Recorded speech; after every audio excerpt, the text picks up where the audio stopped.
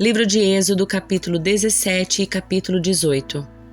Por ordem do Senhor, toda a comunidade de Israel partiu do deserto de Sim e andou de um lugar para outro. Por fim, acamparam em Refidim, mas ali não havia água para beberem.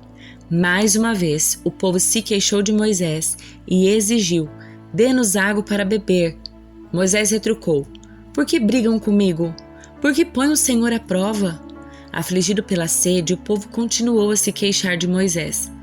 "Por que você nos tirou do Egito? Quer matar de sede a nós, nossos filhos, nossos animais?" Então Moisés clamou ao Senhor: "O que devo fazer com este povo? Estão a ponto de me apedrejar." O Senhor disse a Moisés: "Passe à frente do povo, leve sua vara, aquela que você usou para bater nas águas do Nilo, e chame alguns dos líderes de Israel para acompanhá-lo. Eu me colocarei diante de você sobre a rocha no Monte Sinai.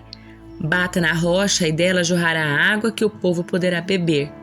Assim, na presença dos líderes de Israel, Moisés fez conforme ordenado. Moisés chamou aquele lugar de Massá e Meribá, pois o povo de Israel discutiu com Moisés e pôs o Senhor à prova, dizendo: "O Senhor está conosco ou não?" Quando os israelitas ainda estavam em Refidim, os guerreiros de Amaleque os atacaram. Moisés ordenou a Josué: "Escolha homens para saírem e lutarem contra o exército de Amaleque. Amanhã ficarei no alto da colina, segurando em minha mão a vara de Deus." Josué fez o que Moisés lhe ordenou e lutou contra o exército de Amaleque. Moisés, Arão e Hur subiram até o topo de uma colina que ficava perto dali. Enquanto Moisés mantinha os braços erguidos, os israelitas tinham uma vantagem. Quando abaixava os braços, a vantagem era dos amalequitas. Os braços de Moisés, porém, logo se cansaram. Então Arão e Hur encontraram uma pedra para Moisés se sentar, e um de cada lado mantiveram as mãos dele erguidas. Assim as mãos permaneceram firmes até o pôr do sol. Como resultado, Josué aniquilou o exército de Amaleque na batalha. Então o Senhor disse a Moisés: "Escreva isto em um rolo como lembrança permanente e leia-o em voz alta para Josué. Apagarei toda e qualquer recordação de Amaleque de debaixo do céu." Moisés construiu ali um altar e o chamou de Javé Nissi e disse: "Uma mão foi erguida perante o trono do Senhor, de geração em geração. O Senhor guerreará contra os amalequitas." Jetro, sogro de Moisés e sacerdote de Midian, soube de tudo que Deus havia feito por Moisés e seu povo, os israelitas, e de como o Senhor os havia tirado do Egito. Moisés tinha mandado Zípora, sua mulher, e seus 2 filhos de volta para a casa de Jetro, que os acolheu. O primeiro filho de Moisés se chamava Gerson, pois quando o menino nasceu, Moisés disse: "Sou forasteiro em terra alheia." O segundo filho se chamava Eliezer, pois Moisés disse: "O Deus de meus antepassados foi meu ajudador e me livrou da espada do faraó." Jetro, sogro de Moisés, foi visitá-lo no deserto, levando consigo a mulher e os 2 filhos de Moisés. Quando chegaram, Moisés e o povo estavam acampados perto do monte de Deus. Jetro havia mandado um recado a Moisés dizendo: "Eu, seu sogro Jetro, estou indo vê-lo com sua mulher e seus 2 filhos." Então Moisés saiu ao encontro do seu sogro, curvou-se e o beijou. Depois de perguntarem um ao outro se estavam bem, entraram na tenda de Moisés. Ele contou ao sogro tudo o que o Senhor havia feito ao faraó e aos egípcios em favor de Israel. Contou também dos apuros que tinham passado ao longo do caminho e de como o Senhor os tinha livrado de todas as dificuldades. Jetro se alegrou imensamente ao ouvir tudo de bom que o Senhor havia feito por Israel ao libertar o povo das mãos dos egípcios. "Louvado seja o Senhor", disse Jetro. "Ele os libertou da mão dos egípcios e de Faraó. Agora sei que o Senhor é maior que todos os outros deuses, pois libertou seu povo da opressão dos arrogantes egípcios." Em seguida, Jetro, sogro de Moisés, ofereceu um holocausto e outros sacrifícios a Deus. Arão e os líderes de Israel vieram e, na presença de Deus, participaram com ele da refeição. No dia seguinte, Moisés sentou-se para resolver problemas que surgiram entre os israelitas. O povo esperou diante dele em pé desde a manhã até a tarde. Quando o sogro de Moisés viu tudo o que ele tentava fazer pelo povo, perguntou: "O que você está fazendo com este povo? Por que você se senta sozinho para julgar e os obriga a ficarem de pé diante de você o dia inteiro?" Moisés respondeu: "O povo me procura para conhecer as decisões de Deus. Quando surge algum problema, eles me procuram e eu resolvo a questão entre as partes em conflito. Informo o povo sobre os decretos de Deus e transmito suas instruções. O que você está fazendo não é bom, disse o sogro de Moisés. Você ficará esgotado e deixará o povo exausto. É um trabalho pesado demais para uma pessoa só. Agora ouça-me e escute meu conselho, e Deus esteja com você. Continue a ser o representante do povo diante de Deus, apresentando-lhe as questões trazidas pelo povo. Ensine a eles os decretos, as instruções de Deus. Mostre aos israelitas como devem viver e o que devem fazer. No entanto, escolha dentre todo o povo homens capazes e honestos que temam a Deus e odeiem suborno. Nomeie os líderes de grupos 1.000, 100, 50 e 10 pessoas. Eles deverão estar sempre disponíveis para resolver os problemas cotidianos do povo e só lhe trarão os casos mais difíceis. Deixe que os líderes decidam as questões mais simples por conta própria. Eles dividirão com você o peso da responsabilidade e facilitarão seu trabalho. Se você seguir este conselho e se Deus assim lhe ordenar, poderá suportar as pressões e todo esse povo voltará para casa em paz. Moisés aceitou o conselho do sogro e seguiu todas as suas recomendações. Escolheu homens capazes dentre o povo de Israel e os nomeou líderes de grupos de 1.000, 100, 50 e 10 pessoas. Os homens ficavam à disposição para resolver os problemas cotidianos do povo. Traziam para Moisés os casos mais difíceis, mas cuidavam eles mesmos das questões mais simples. Pouco tempo depois, Moisés se despediu de seu sogro, que voltou para sua terra. Livro de Provérbios, capítulo 17. É melhor um pedaço de pão seco e paz que uma casa cheia de banquetes e conflitos. O servo prudente governará sobre o filho que envergonha o pai e terá parte na herança com os filhos do seu senhor. O fogo prova a pureza da prata e do ouro, mas o Senhor prova o coração. A pessoa má gosta de ouvir maldades. O mentiroso dá atenção a palavras destrutivas. Quem zomba do pobre insulta seu Criador. Quem se alegra com a desgraça alheia será castigado. Os netos são coroa de honra para os idosos. Os pais são um orgulho dos seus filhos. Não convém ao tolo falar com eloquência e muito menos ao governante mentir. O suborno é como um amuleto da sorte. Quem o oferece sempre alcança o que quer. Quem perdoa a ofensa mostra amor, mas quem insiste nela separa amigos.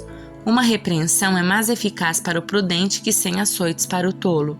A pessoa má sempre procura razão para se rebelar, por isso será severamente castigada. É melhor deparar com uma ursa da qual roubaram os filhotes que confrontar um tolo em sua insensatez.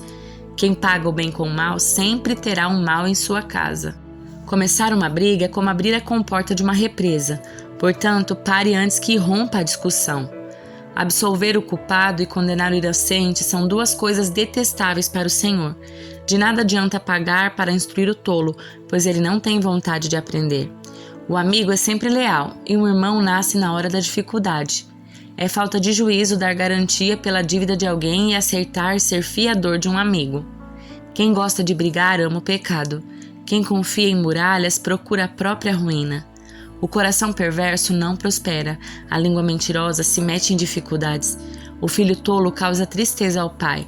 Não há alegria para o pai de um rebelde. O coração alegre é um bom remédio, mas o espírito abatido consome as forças. O perverso recebe suborno em segredo para desviar o rumo da justiça. O sensato mantém os olhos fixos na sabedoria, mas os olhos do tolo vagueiam até os confins da terra. O filho tolo causa tristeza a seu pai e amargura àquela que o deu à luz. É errado castigar os justos por serem bons e açoitar os líderes por serem honestos. Quem é verdadeiramente sábio usa poucas palavras. Quem tem entendimento controla suas emoções. Até o insensato passa por sábio quando fica calado. De boca fechada até parece inteligente. Evangelho de Marcos, capítulo 6. Jesus deixou essa região e voltou com seus discípulos para Nazaré, cidade onde tinha morado. No sábado seguinte, começou a ensinar na sinagoga, e muitos dos que o ouviam se admiraram e perguntaram: de onde vem tanta sabedoria e poder para realizar esses milagres? Não é esse o carpinteiro, filho de Maria, irmão de Tiago, José, Judas e Simão? Suas irmãs moram aqui entre nós. E sentiam-se muito ofendidos. Então Jesus lhes disse: Um profeta recebe honra em toda parte, menos em sua cidade e entre seus parentes e sua própria família. Por isso não pôde realizar milagres ali, exceto pôs as mãos sobre alguns enfermos e curou-os. E ficou admirado com a incredulidade daquele povo. Então Jesus percorreu diversos povoados, ensinando a seus moradores. Reuniu os 12 e começou a enviá-los de 2 em 2, dando-lhes autoridade para expulsar espíritos impuros. Instruiu-os a não levar coisa alguma na viagem, exceto um cajado. Não poderiam levar alimento, nem bolsa de viagem, nem dinheiro. Poderiam calçar sandálias, mas não levar uma muda de roupa extra. Disse ele: onde quer que forem, fiquem na mesma casa até partirem da cidade. Mas se algum povoado se recusar a recebê-los ou a ouvi-los, ao saírem sacuda a poeira dos pés como sinal de reprovação. Então eles partiram, dizendo a todos que encontravam que se arrependessem. Expulsaram muitos demônios, curaram muitos enfermos, ungindo-os com óleo. Logo o rei Herodes ouviu falar de Jesus, pois todos comentavam a seu respeito. Alguns diziam: João Batista ressuscitou dos mortos, por isso tem poder para fazer esses milagres.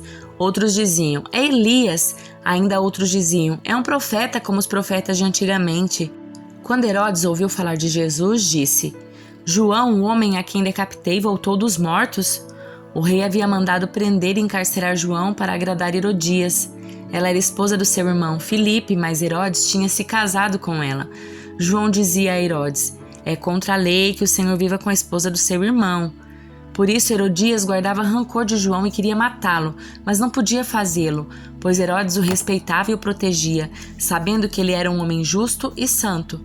Herodes ficava muito perturbado sempre que falava com João, mas mesmo assim gostava de ouvi-lo. Finalmente, no aniversário de Herodes, Herodias teve a oportunidade que procurava. Ele deu uma festa para os membros do alto escalão do governo, para seus oficiais militares e para os cidadãos mais importantes da Galileia. Sua filha, também chamada Herodias, entrou e apresentou uma dança que agradou muito Herodes e seus convidados. Peça-me qualquer coisa que deseje e eu lhe darei, disse o rei à moça, e prometeu sob juramento: eu lhe darei o que pedir, até a metade do meu reino. Ela saiu e perguntou à mãe: o que devo pedir? A mãe lhe disse: peça a cabeça de João Batista. A moça voltou depressa ao rei e disse: eu quero a cabeça de João Batista agora mesmo num prato. O rei muito se entristeceu com isso, mas por causa do juramento que havia feito na frente dos convidados, não pôde negar o pedido. Assim enviou no mesmo instante um carrasco com ordens de cortar a cabeça de João e trazê-la. Ele decapitou João na prisão, trouxe a cabeça num prato e a entregou à moça, que a levou à sua mãe. Quando os discípulos de João souberam o que havia acontecido, foram buscar o corpo e o colocaram numa sepultura. Os apóstolos voltaram de sua missão e contaram a Jesus tudo o que tinham feito e ensinado.